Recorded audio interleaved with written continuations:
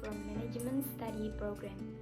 To fulfill the English assignment here, I will present a presentation about the curve, namely the demand curve.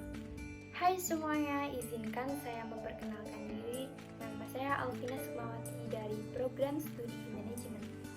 Untuk memenuhi tugas bahasa Inggris, di sini saya akan menyajikan presentasi tentang kurva, yaitu kurva permintaan.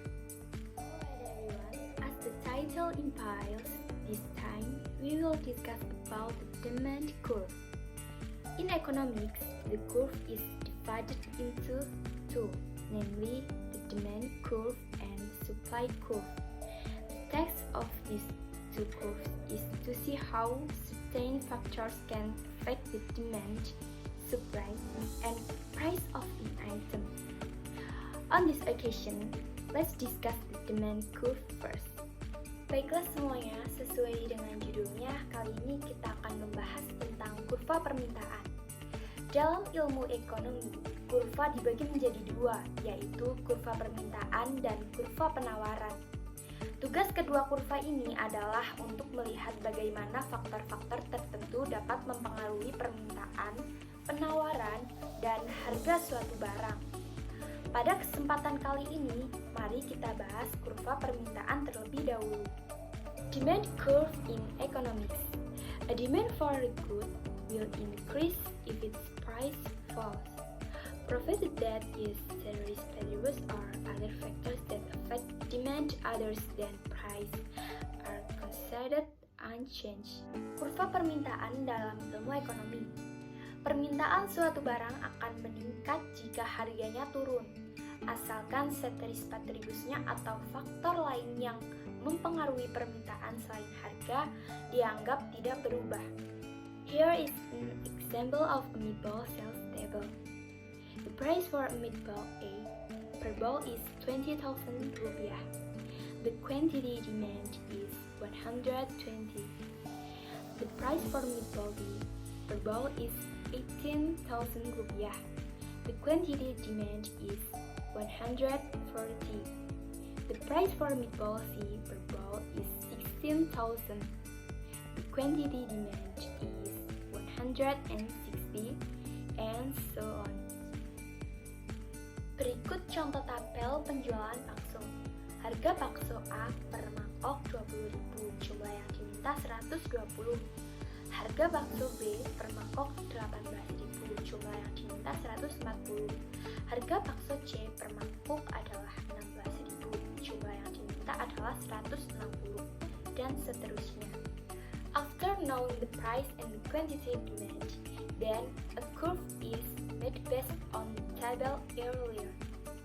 The demand curve is a representation of the statement that is poured into pictures to make it easier to understand. This curve has a negative gradient or slope, meaning that the slope of this curve decreases from the top left to the bottom right, the fewer the number of meatballs enthusiasts, and vice versa. This shows that the relationship between price and demand is inversely proportional.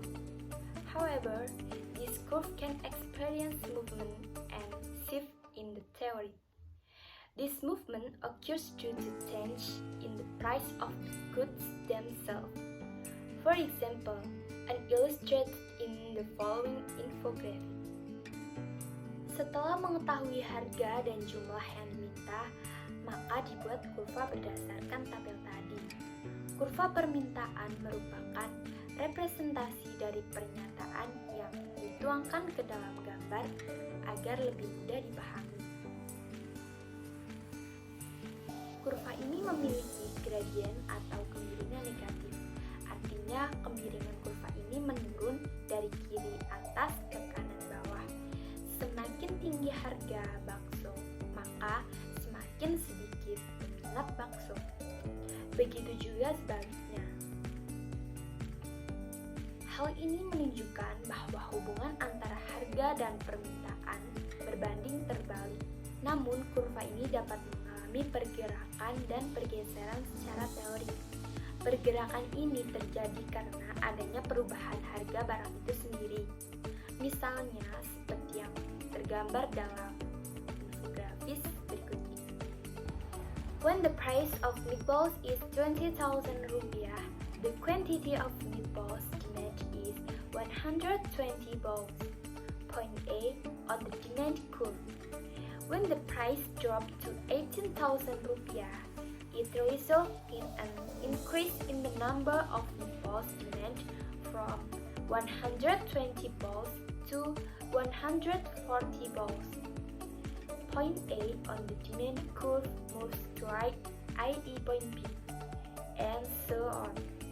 So in conclusion, the only thing that makes the demand curve move is the price of the good itself.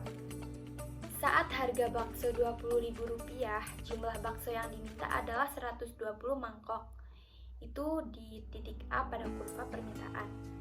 Ketika harga turun menjadi Rp18.000, mengakibatkan peningkatan jumlah permintaan bakso dari 120 mangkok menjadi 140 mangkok. Titik A pada kurva permintaan bergerak ke kanan, yaitu titik B, dan seterusnya. Jadi kesimpulannya, satu-satunya hal yang membuat kurva permintaan bergerak adalah harga barang itu sendiri. Meanwhile, if other factors change, for example income, there will be a shift in the demand curve. When income increase, the demand curve shifts parallel to the right. If income decrease, the demand curve shifts parallel to the left, like in the picture. Sedangkan jika faktor lain berubah, misalnya pendapatan, maka akan terjadi pergeseran kurva permintaan. Ketika pendapatan meningkat, kurva permintaan bergerak sejajar ke kanan.